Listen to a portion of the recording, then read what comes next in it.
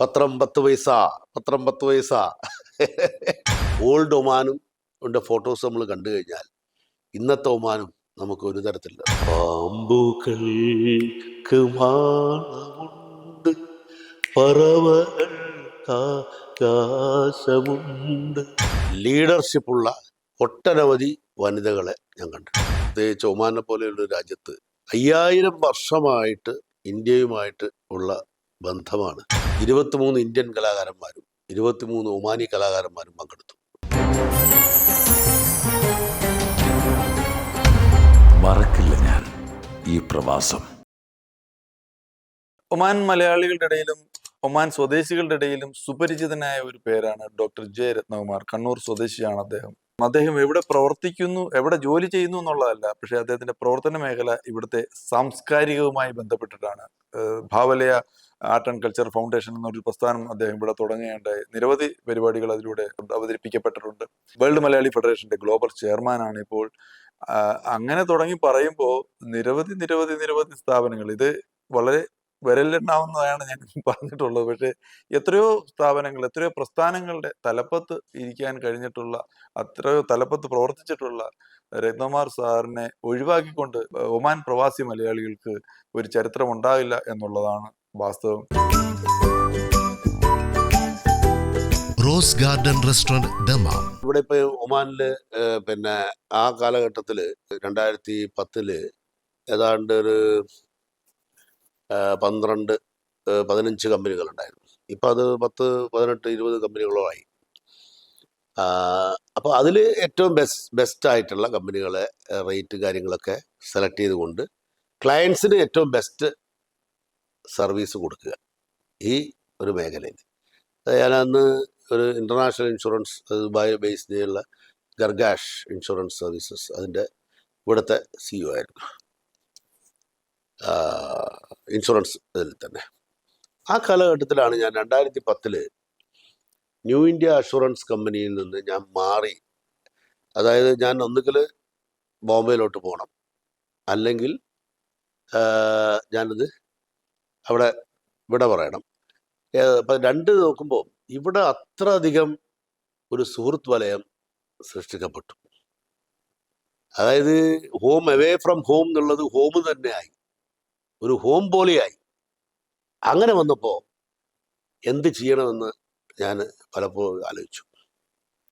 ആ സമയത്ത് എൻ്റെ മനസ്സിൽ ഒരു ജോലി ചെയ്യുക മാത്രമല്ല, ഒരു മനുഷ്യൻ എന്നുള്ള രീതിയിൽ, ഒരു കലാകാരൻ എന്നുള്ള രീതിയിൽ, അല്ലെങ്കിൽ കലയെ ഇഷ്ടപ്പെടുന്ന ഒരു വ്യക്തി എന്നുള്ള രീതിയിൽ, അല്ലെങ്കിൽ കലാ സാംസ്കാരിക പ്രസ്ഥാനങ്ങൾ ഈ സമൂഹത്തിൽ കൂടുതൽ ഉണ്ടാവുകയും അങ്ങനെ സമൂഹത്തിൽ നമുക്ക് ഗുണപരമായ മാറ്റങ്ങൾ കൊണ്ടുവരാൻ സാധിക്കുന്ന ചില മേഖലകളിൽ കൂടെ എൻ്റെ കഴിവുകൾ ഉപയോഗിക്കണം എന്നുള്ളൊരു തിരിച്ചറിവ് 2010 ഉണ്ട്, എനിക്കുണ്ടായി. അതിൻ്റെ വെളിച്ചത്തിലാണ് ഞാൻ 2010 ഭാവലയ ആർട്ട് ആൻഡ് കൾച്ചർ ഫൗണ്ടേഷൻ എന്ന് പറഞ്ഞിട്ട് ഒരു ഫൗണ്ടേഷൻ ഞാൻ തുടങ്ങിയത്. അത് നമ്മുടെ മൺമറിഞ്ഞു പോയ ONV കുറുപ്പ് സാറും അർജുനൻ മാസ്റ്ററും മല്ലിക സാരാഭായിയും കൂടി ചേർന്ന് വൈലോപ്പള്ളി സംസ്കൃതി ഭവനിൽ വെച്ചിട്ട് 2010 ഏപ്രിൽ 24 ഉദ്ഘാടനം ചെയ്തു. ശ്രീമതി രാജശ്രീ വാര്യരായിരുന്നു അതിൻ്റെ കോമ്പിയർ അന്നത്തെ പരിപാടിയുടെ. ആ ഉദ്ഘാടന വേദിയിൽ അദ്ദേഹം പറഞ്ഞ ഒരു വാചകം ഞാനിവിടെ പറയുവാൻ ആഗ്രഹിക്കുകയാണ്. നമ്മുടെ സാംസ്കാരിക രംഗങ്ങളിൽ ഒട്ടനവധി ജീർണതകൾ സംഭവിച്ചിട്ടുണ്ട്. കലയെ വെറും കച്ചവടമായിട്ട് മാത്രം കാണുന്ന രീതിയിലേക്കൊക്കെ വന്നിട്ടുണ്ട് എന്നുള്ള ഒരു കാര്യമാണ് അദ്ദേഹം അന്ന് അവിടെ പറഞ്ഞത്. അനേകം ചേറുമരങ്ങൾക്കിടയിൽ ഒരു താന്നി മരമാണ് ഭാവലയ ആർട്ട് ആൻഡ് കൾച്ചർ ഫൗണ്ടേഷൻ എന്ന് അദ്ദേഹം, നമ്മുടെ എല്ലാം പ്രിയപ്പെട്ട കവി ONV കുറുപ്പ് സാറ് പറഞ്ഞത് എന്നും എനിക്കും ഈ ഭാവലയ ആർട്ട് ആൻഡ് കൾച്ചർ ഫൗണ്ടേഷനും എന്ന പ്രസ്ഥാനത്തിനും എന്നും പ്രചോദനമാണ്. വളരെ നല്ലൊരു പരിപാടിയായിരുന്നു. നമ്മുടെ ട്രിവാൻഡ്രത്ത് ഒരുപടി ആൾക്കാർ അതിൽ ഉണ്ടായിരുന്നു. നമ്മുടെ കല്ലറ ഗോപൻ, മറ്റേ ശ്രീറാം, അങ്ങനെ കുറേ ഗായകന്മാരും ഒക്കെ ഇതുമായിട്ട് സഹകരിച്ച അർജുനൻ മാസ്റ്റർ മകൻ അനിൽ അർജുനൻ അറബി സ്റ്റുഡിയോയുടെ അവരൊക്കെ ഉണ്ടായിരുന്നു അന്ന് ഇതിൽ പരിപാടിയിൽ പങ്കെടുക്കാൻ. അങ്ങനെ അത് അവിടെ ഉദ്ഘാടനം ചെയ്തു. അതോടുകൂടി അത് ഒരു സർക്കാരിൻ്റെ ഒരു ഉദ്യോഗസ്ഥൻ എന്നുള്ള രീതിയിൽ എനിക്കത് ചെയ്യാൻ പറ്റില്ല. അതുകൊണ്ടാണ് 2010 ഞാൻ അങ്ങനെയുള്ളൊരു സംവിധാനം, സർക്കാർ സംവിധാനത്തിൽ നിന്ന് മാറിയിട്ട് സ്വകാര്യ ഒരു സംവിധാനത്തിൽ വരികയും എൻ്റെ ഇൻഷുറൻസ് കരിയറിൻ്റെ ഒരു ഭാഗം തന്നെയായി പിന്നീട് ഈ കലാ സാംസ്കാരിക പ്രസ്ഥാനങ്ങളെല്ലാം. അത്രയധികം പരിപാടികൾ ഭാവലയുടെ നേതൃത്വത്തിൽ ഒമാനിലും മറ്റ് സ്ഥലങ്ങളിലൊക്കെ ചെയ്യാൻ സാധിച്ചു എന്നുള്ളത് വലിയൊരു എൻ്റെ ഒരു വ്യക്തി ജീവിതത്തിൽ ഞാൻ അഭിമാനിക്കുന്ന ഒരു ഘടകമാണ്. ഈ 2010 ഞാൻ ഭാവലയ ആർട്ട് ആൻഡ് കൾച്ചർ ഫൗണ്ടേഷൻ എന്നുള്ളത് ഒരു പ്രസ്ഥാനം തുടങ്ങിയതിൻ്റെ പുറകിൽ വളരെ കുട്ടിക്കാലത്ത് തന്നെ, എൻ്റെ കുട്ടിക്കാലത്ത് ഞാൻ ആദ്യമായിട്ട് പാടിയ പാട്ട് ഇപ്പം നമ്മളെ വിട്ടുപോയ പ്രിയപ്പെട്ട ഭാവഗായകൻ ജയചന്ദ്രൻ്റെ അനുരാഗ ഗാനം പോലെ എന്ന പാട്ടാണ് ആദ്യമായിട്ട് ഞാൻ അന്ന് ഞാൻ എനിക്കൊന്ന് 4ാം ക്ലാസ്സിലോ മറ്റോ പഠിക്കുന്ന ഒരു ഇതാണ്. അനുരാഗ ഗാനം പോലെ അഴകിൻ്റെ അല പോലെ ആരുതേ ആരുതേ ദേവതേ. അപ്പോ അവിടെ നിന്നാണ് യഥാർത്ഥത്തിൽ കലാജീവിതം തുടങ്ങുന്നത്. അത് കഴിഞ്ഞ് 5ാം ക്ലാസ്സിൽ ഒരു സ്കൂൾ നാടകത്തിൽ ഒരു പത്രവിൽപ്പനക്കാരൻ്റെ റോളായിരുന്നു. എന്തോ ഒരു പത്രത്തിൻ്റെ പേര്, കേരള ധ്വനി, പത്രം 10 പൈസ, പത്രം 10 പൈസ എന്നുള്ള ഒരു പേപ്പർ ബോയുടെ ഒരു റോളാണ് 5ാം ക്ലാസ്സിൽ. അതിനുശേഷം 9ാം ക്ലാസ് പഠിക്കുന്ന 1972 കോഴിക്കോട് റീജിയണൽ കലോത്സവം, അഖില കേരള റീജിയണൽ ബാലജന സംഘത്തിൻ്റെ അഖില കേരള റീജിയണൽ കലോത്സവത്ത് കോഴിക്കോട് ടൗൺ ഹാളിൽ വെച്ച് നടന്ന ഒരു നാടക മത്സരത്തിൽ ബെസ്റ്റ് ആക്ടറായിട്ട് എനിക്ക് സമ്മാനം കിട്ടി. ആ സാധനം എൻ്റെ കയ്യിൽ ഇപ്പോഴും ഉണ്ട്. അതിനുശേഷം ഒക്കെ കോളേജ് കാലഘട്ടത്തിലൊക്കെ ഈ പാട്ട് പാടുകയും ഈ നാടകങ്ങളിലൊക്കെ അഭിനയിക്കുന്ന ഒരു സ്വഭാവം എനിക്കുണ്ടായിരുന്നു. അപ്പോൾ അത് ഒരു അതെനിക്കൊരു പക്ഷേ എൻ്റെ പിതാവിൽ നിന്ന്, കാരണം എൻ്റെ പിതാവ് ടീച്ചേഴ്സ് ട്രെയിനിങ് ഇൻസ്റ്റിറ്റ്യൂട്ടിൽ ഈ ഇവരെയൊക്കെ സ്റ്റുഡൻസിന് നാടകം, അന്ന് ഈ KPSC നാടകങ്ങളുമൊക്കെ പിന്നെ ഈ വലിയ ചലനം സൃഷ്ടിച്ചുകൊണ്ട് മുന്നോട്ട് പോകുന്ന ഒരു കാലഘട്ടമായിരുന്നു. പ്രത്യേകിച്ചിട്ട് അന്നത്തെ പാമ്പുകൾക്ക് മാളമുണ്ട്, പറവകൾക്കാകാശമുണ്ട്, മനുഷ്യപുത്രന് തല ചായ്ക്കാൻ മണ്ണിലിടമില്ല, മണ്ണിലിടമില്ല. വാരി സുലോചനയുടെ തലയ്ക്കുമീതെ ശൂന്യാകാശം, താഴെ മരുഭൂമി, തപസ്സു ചെയ്യും വേഴാമ്പൽ ഞാൻ, ദാഹജലം തരുമോ, ദാഹജലം തരുമോ. ഈ പാട്ടുകളും ഈ നാടകങ്ങളും ഈ സ്റ്റുഡൻസിനെ അദ്ദേഹം കോച്ച് ചെയ്യുന്ന ആ നാടകങ്ങളൊക്കെ കണ്ടിട്ടാണ് എൻ്റെ ഒരു ബാല്യം, ഒരു 4ാം ക്ലാസ്, 5ാം ക്ലാസ്, 3ാം ക്ലാസ് ആ കാലഘട്ടങ്ങളൊക്കെ ഉണ്ടായത്. അപ്പോൾ ആ ചെറിയ മനസ്സിൽ തന്നെ ഈ ഒരു കലയോടുള്ള ഒരു അഭിനിവേശം മനസ്സിലുണ്ടായി. അപ്പോൾ അങ്ങനെ അത് വന്നു. കോളേജ് ലെവലിൽ വന്നു. കോളേജിൽ വന്നപ്പോൾ ഞാൻ തൃശ്ശൂരിൽ സ്കൂൾ ഓഫ് ഡ്രാമയിൽ ശ്രീ ബാലചന്ദ്രൻ, P. പി ബാലചന്ദ്രൻ, അന്ന് ഇപ്പം നമ്മളെ വിട്ടുപോയ ശ്രീ ബാലചന്ദ്രൻ, അദ്ദേഹം അന്ന് സ്കൂൾ ഓഫ് ഡ്രാമയിൽ ഫസ്റ്റ് ബാച്ചാ. അന്ന് അദ്ദേഹമാണ് ഞങ്ങളുടെ കാർഷിക സർവകലാശാല വെറ്ററിനറി കോളേജിൽ വന്ന് അദ്ദേഹം ഈ ഒരു ഡ്രാമ മകുടി അദ്ദേഹമാണ് ഡയറക്റ്റ് ചെയ്തത്. അതിൽ ഞാനും അഭിനയിച്ചു. തൃശ്ശൂരിലെ ആ കോളേജ് ലൈഫ് കാലഘട്ടത്തിൽ ഞാൻ അവിടുത്തെ ഓൾ ഇന്ത്യ റേഡിയോവുമായിട്ട് ബന്ധപ്പെടുകയും അന്നത്തെ ഓൾ ഇന്ത്യ റേഡിയോയിൽ സ്റ്റാഫായിരുന്നു ശ്രീ എം ഡി രാജേന്ദ്രൻ. അദ്ദേഹവുമായിട്ട് ബന്ധപ്പെട്ടുകൊണ്ട് യുവലോകമോ യുവവാണി എന്നോ അങ്ങനെ എന്തൊരു പ്രോഗ്രാമായിരുന്നു അത്. ആ പ്രോഗ്രാമിൽ ഞങ്ങൾക്കൊരു പാട്ട് ഞങ്ങൾ എഴുതി സംവിധാനം ചെയ്ത് ഞാൻ പാടുകയും ചെയ്തിട്ടുണ്ട് ഓൾ ഇന്ത്യ റേഡിയോയിൽ. അങ്ങനെ കുറേ സഹൃദയവേദി എന്ന് പറഞ്ഞിട്ട് തൃശ്ശൂരിലൊരു ഇതുണ്ടായിരുന്നു. അവരുമായിട്ടൊക്കെ ബന്ധപ്പെട്ടുകൊണ്ട് ആ കാലഘട്ടത്തിൽ ഒരുപാട് കലാപ്രവർത്തനങ്ങൾ കോളേജ് ലെവലിലൊക്കെ ചെയ്യാനിടയായി. കോളേജിൽ ഞാൻ കാർഷിക സർവകലാശാലയിലെ യൂണിവേഴ്സിറ്റി യൂണിയൻ കൗൺസിലറായിരുന്നു, കോളേജ് യൂണിയൻ പ്രസിഡൻ്റായിരുന്നു. അങ്ങനെയൊക്കെയുള്ളൊരു ജീവിതത്തോടു കൂടി കോളേജ് ലൈഫ് ഇവിടെ പറഞ്ഞത്. Rose garden restaurant Dammam. പ്രവാസ ജീവിതത്തിൽ കണ്ടെത്തിയ രസം എന്ന് പറയുന്നത് വളരെ ജെന്യുവിനായിട്ടുള്ള സുഹൃത്ത് ബന്ധങ്ങൾ.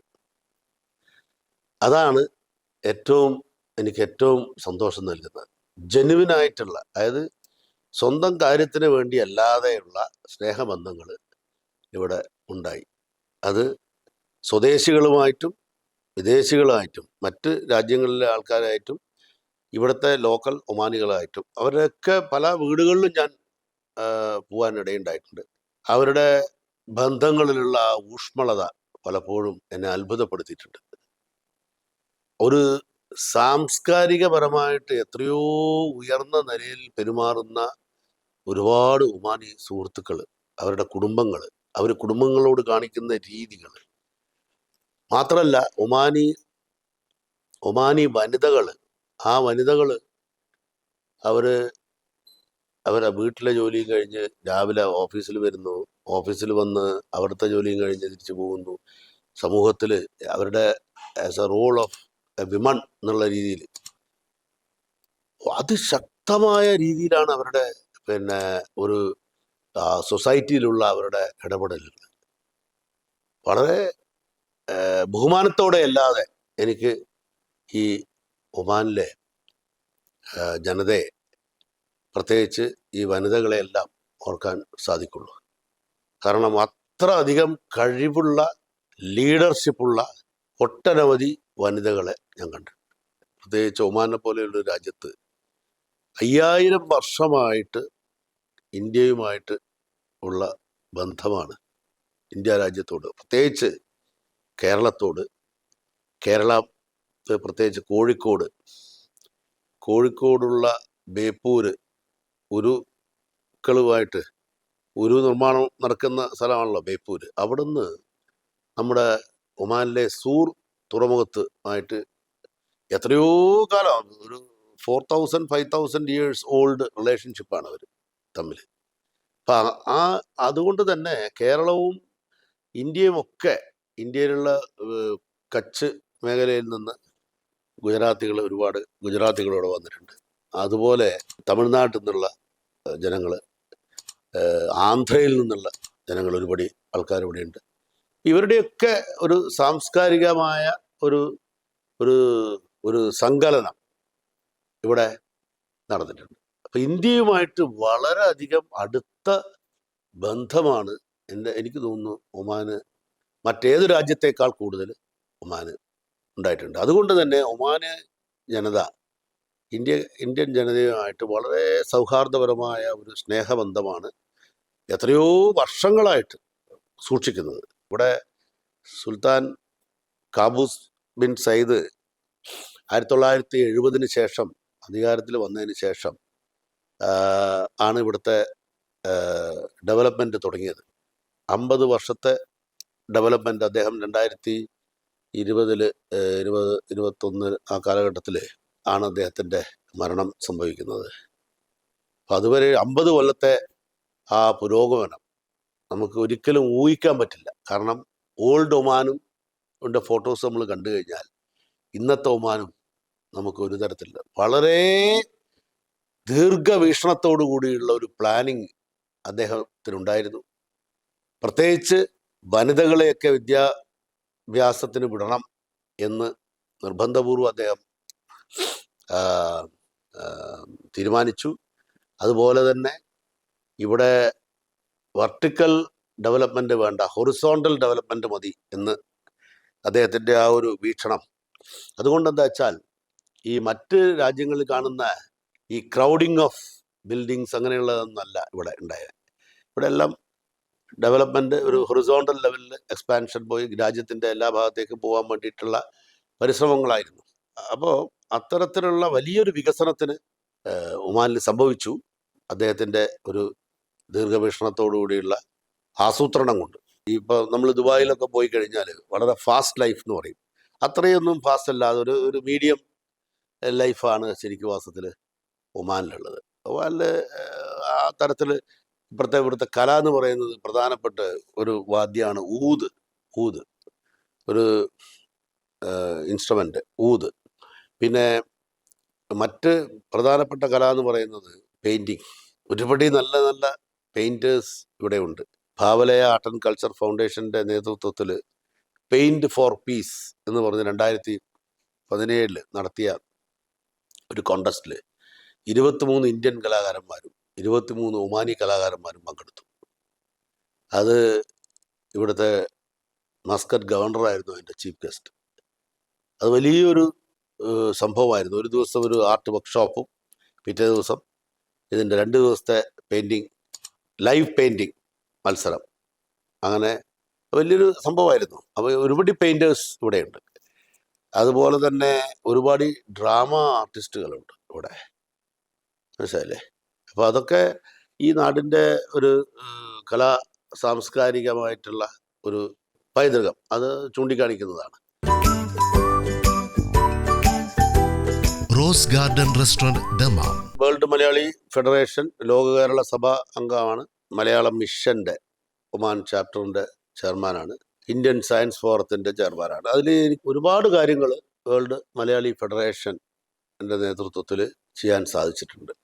അത് ഒമാനിൽ മാത്രമല്ല, ഒരുപാട് രാജ്യങ്ങളിലുള്ള പ്രവാസികളെ നമുക്ക് അവരുടെ വിഷമഘട്ടങ്ങളിൽ, ഇപ്പോൾ അവരുടെ കുട്ടികളുടെ പ്രശ്നമായിക്കോട്ടെ, അല്ലെങ്കിൽ അവരുടെ ചില ജോലി പ്രശ്നങ്ങളായിക്കോട്ടെ, ഇതെല്ലാം ത്തിനും ഒരു വളരെ കാര്യക്ഷമതയോടുകൂടി ഇടപെടാനും അതിന് പരിഹാരങ്ങൾ കണ്ടെത്താനും സാധിച്ചിട്ടുണ്ട്. ഇത് ഒരു 20ഓളം ആഗോള ഫോറങ്ങളിലൂടെയാണ് പ്രവർത്തിക്കുന്നത്. ഉദാഹരണത്തിന് പ്രവാസി welfare forum, women's forum, art and culture forum, sports forum, students forum, youth forum, health forum, agriculture and environment forum, tourism forum, അങ്ങനെ 20ഓളം ഫോറങ്ങളിലൂടെയാണ്, എഡ്യൂക്കേഷൻ ഫോറം, ഈ വേൾഡ് മലയാളി ഫെഡറേഷൻ പ്രവർത്തിക്കുന്നത്. അതിനൊരു വ്യക്തമായ ഒരു സ്ട്രക്ചറുണ്ട്. ഒരു global cabinet, global executive council, 6 regional council, ആ regional കൗൺസിലിൻ്റെ കീഴിൽ നാഷണൽ കൗൺസിൽസ് ഓരോ രാജ്യത്തും, നാഷണൽ കൗൺസിലിൻ്റെ കീഴിൽ സ്റ്റേറ്റ് കൗൺസിൽ, കേരളത്തിൽ സ്റ്റേറ്റ് കൗൺസിലിൻ്റെ കീഴിൽ 14 ജില്ലകളിലും ഡിസ്ട്രിക്ട് കൗൺസിൽ. ഇതാണ് നമ്മുടെ ഒരു സ്ട്രക്ചർ. അതുകൊണ്ട് ഈ എല്ലാ ലെവലിലുള്ള സ്ട്രക്ചറും വളരെ കാര്യക്ഷമമായ രീതിയിൽ പ്രവർത്തിക്കുമ്പോൾ ഈ വേൾഡ് മലയാളി ഫെഡറേഷൻ്റെ ഒരു പ്രവർത്തന ഔട്ട്പുട്ട് അങ്ങനെയാണ് വരുന്നത്. ഒരു ടീം വർക്കാണ് ഇതെല്ലാം. ബേസിക്കലി എല്ലാവരും സന്നദ്ധ സേവകരാണ്, വളണ്ടിയേഴ്സ്. അത് നടപ്പിൽ വരുത്താൻ വേണ്ടിയിട്ട് ഒരു സ്ട്രക്ചർ ഉണ്ടാക്കി, global chairman, global president, global coordinator, global secretary, global treasurer എന്നൊക്കെ പറഞ്ഞിട്ടുള്ള സംവിധാനങ്ങൾ ഉണ്ട്. ഇതിൻ്റെ മെമ്പർഷിപ്പ് ആണെങ്കിലും ഗ്ലോബലാണ്. ഇപ്പോൾ ഒമാനിൽ ഞാനൊരു മെമ്പറാണെങ്കിൽ നാളെ ഞാൻ ദുബായിലാണെങ്കിൽ ദുബായ് മെമ്പർഷിപ്പിലേക്ക് മാറും. വേറൊന്നും കൊടുക്കേണ്ട ആവശ്യമില്ല. 2000 രൂപയാണ് ഇതിൻ്റെ ആജീവനാന്ത മെമ്പർഷിപ്പ് ഫീ. അതിനൊരു പ്രിവിലേജ് കാർഡും ഉണ്ട്. ഇതിൻ്റെ കൂടെ. അതായത് വേൾഡ് മലയാളി ഫെഡറേഷൻ തന്നെ 166 രാജ്യങ്ങളിലുണ്ട്. അവിടെയൊക്കെ പല രാജ്യങ്ങളിലും വളരെ ആക്റ്റീവായിട്ടുള്ള കൗൺസിലുകളുണ്ട്. Rose garden restaurant Dammam. നമ്മുടേതായ ഒരു സ്വത്വം, അതായത് നമ്മുടെ ഒരു ഗ്രാമം അല്ലെങ്കിൽ നമ്മുടെ ഒരു വീട്, തറവാട്, അല്ലെങ്കിൽ ആ ഗ്രാമീണ അന്തരീക്ഷം, അല്ലെ അയൽക്കാർ, കുടുംബ ബന്ധങ്ങൾ, അതൊക്കെ ഉള്ള ഒരു ബാല്യം എല്ലാവർക്കും ഉണ്ട്. അങ്ങനെയുള്ള ഒരു ബാല്യകാല ഒരു ചിത്രം നമ്മുടെ മനസ്സിലേക്ക് വരുമ്പോൾ നമ്മൾ ഇത്തരത്തിലുള്ള മരുഭൂമിയിലുള്ള ഒരു ജീവിതം, ഈ ഒരു വ്യത്യാസം നമ്മുടെ മനസ്സിൽ വരുമല്ലോ. ഇപ്പോൾ നമ്മുടെ കേരളത്തിലെ ഒരു ഗ്രാമത്തിൽ നമ്മൾ നടക്കുമ്പോൾ ഉണ്ടാകുന്ന ഒരു ഇതും മറ്റൊരു രാജ്യത്ത് ഇതുമാതിരിയുള്ള രീതിയിൽ താമസിക്കുമ്പോൾ ഉണ്ടാകുന്ന ഒരു വ്യത്യാസമില്ലേ, അത് ഒരു നഷ്ടമാണ് ശരിക്കും. മനസ്സിലായില്ലേ? ഗ്രാമത്തിലൊരു കുളമോ അല്ലെങ്കിൽ ഒരു ക്ഷേത്രം അല്ലെങ്കിൽ മറ്റുള്ള അങ്ങനെയൊക്കെ ഉണ്ടല്ലോ. ഇവിടെ നമുക്ക് അമ്പലമുണ്ട്, പക്ഷെ അത് എൻറ്റയർലി ഒരു ഡിഫറെൻറ്റ് ഒരു ഇതാണ്. ഞാനിവിടെ വന്നിട്ട് 2 മാസമേ എൻ്റെ പിതാവ് ജീവിച്ചിരുന്നുള്ളൂ. അപ്പോൾ ആദ്യത്തെ എൻ്റെ തിരിച്ചുപോക്ക്, ആദ്യത്തെ വിതിൻ 3 months അച്ഛൻ്റെ കർമ്മം ചെയ്യാൻ വേണ്ടിയിട്ടാണ് പോയത്. പിതാവ് ആയില്യത്ത് ജനാർദ്ദനൻ, കണ്ണൂർ ജില്ലയിലെ, അദ്ദേഹം ടീച്ചേഴ്സ് ട്രെയിനിങ് ഇൻസ്റ്റിറ്റ്യൂട്ടിൽ ഇംഗ്ലീഷ് അധ്യാപകനായിരുന്നു. മദറ് ഹോം മേക്കറാണ്. കൂടത്തിൽ കല്യാണൻ, സരോജിനി അമ്മ. ഞങ്ങൾ 3 ബ്രദേഴ്സും 2 സിസ്റ്റേഴ്സുമാണ്. എൻ്റെ ഭാര്യ ശ്യാമള രത്നകുമാർ, 2 പെൺകുട്ടികൾ. മൂത്ത മകള് ശരണ്യ, രണ്ടാമത്തെ മകള് വരദ. ശരണ്യ അമേരിക്കയിൽ യൂണിവേഴ്സിറ്റി ഓഫ് ഷിക്കാഗോയിൽ HR പ്രോജക്റ്റ് കോർഡിനേറ്ററാണ്. അവളുടെ ഹസ്ബൻഡ് അനൂപ് അവിടെ 10 കൊല്ലം ബയോ ഇൻഫർമാറ്റിക്സിൽ ഡിപ്പാർട്ട്മെൻറ്റിൽ ജോലി ചെയ്തതിന് ശേഷം ഇപ്പോൾ മാഡിസൺ വിസ്കോൺസിനിൽ പഠിപ്പിക്കുകയാണ്. ഗ്രാൻഡ് ഡോട്ടർ 10 വയസ്സുള്ള വിശ്വ ആണ് ഗ്രാൻഡ് ഡോട്ടർ. രണ്ടാമത്തെ മകള് വരദ, അവൾ മദ്രാസ് മെഡിക്കൽ കോളേജിൽ നിന്ന് MD ജെറിയാട്രിക്സ് കഴിഞ്ഞു. അവളുടെ ഹസ്ബൻഡ് അനൂപ്, ഡോക്ടർ അനൂപ് സൈക്യാട്രിയിൽ MD കഴിഞ്ഞുകൊണ്ടിരിക്കുന്നു. ഇതാണ് കുടുംബം. Rose garden restaurant Dammam. ഗൃഹാതുരത്വം ഉണർത്തുന്ന കുറേയധികം ഓർമ്മകൾ ഒക്കെ ആയിട്ടാണ് എല്ലാ പ്രവാസികളും ഇവിടെ എത്തുന്നത്, അതാത് രാജ്യങ്ങളിലെത്തുന്നത്. അത് എപ്പോഴും നമ്മുടെ മനസ്സിലിങ്ങനെ വന്നുകൊണ്ടിരിക്കും. പ്രത്യേകിച്ച് മലയാളികൾക്ക് ഒരുപാട് വിശേഷ അവസരങ്ങളുണ്ട്. ഓണം, വിഷു, ഈസ്റ്റർ, ഈദ്, പെരുന്നാൾ, ഇതൊക്കെ വിശേഷപ്പെട്ട അവസരങ്ങളാണ്. ഇതൊക്കെ എല്ലാ മലയാളികളും ജാതിമത ഭേദമന്യേ പ്രവാസ ലോകത്ത് ആഘോഷിക്കുന്നുണ്ട്. അപ്പോൾ ആ ആഘോഷങ്ങളൊക്കെ വലിയ അനുഭവങ്ങളായിട്ട് നമ്മുടെ മനസ്സിൽ എന്നും ഉണ്ടാവും. ഒരുപക്ഷെ നമ്മുടെ കേരളത്തിൽ ഈ നടക്കുന്ന ഇത്തരത്തിലുള്ള ആഘോഷങ്ങളെക്കാൾ മെച്ചപ്പെട്ട രീതിയിൽ ഒരു വർഷം മുഴുവൻ, മനസ്സിലായില്ലേ, ഈ വിശേഷ ഉത്സവങ്ങളൊക്കെ ഇവിടെ ആഘോഷിക്കുന്ന ചരിത്രം തന്നെയുണ്ട്. മാത്രമല്ല, ചില ഘട്ടങ്ങളിൽ നമ്മൾ ഈ വിഷു, ഈദ്, ഈസ്റ്റർ ഇതെല്ലാം ഒന്നിച്ച് ഒരു, മനസ്സിലായില്ലേ, ആഘോഷിക്കുന്ന ഒരു വളരെ സവിശേഷതയുള്ള ഉത്സവങ്ങളായിട്ടത് മാറും. അതൊന്നും നമ്മളെ നാട്ടിൽ ഇല്ല. അപ്പോൾ ഈ പ്രവാസ ജീവിതത്തിൽ ഞാൻ കാണുന്ന ഓർമ്മകൾ, അല്ലെ ഈ ആഘോഷങ്ങളെല്ലാം നല്ല ഓർമ്മകളായിട്ട് നിൽക്കും. അത് നമ്മൾ പ്രവാസം ജീവിതം അവസാനിപ്പിച്ചാലും ഇതൊക്കെ ആയിരിക്കും നമ്മുടെ മനസ്സിൽ കിടക്കുന്ന ബാക്കി പത്രം. അതുകൊണ്ട് തീർച്ചയായിട്ടും ഈ പ്രവാസം നമ്മൾ മറക്കില്ല.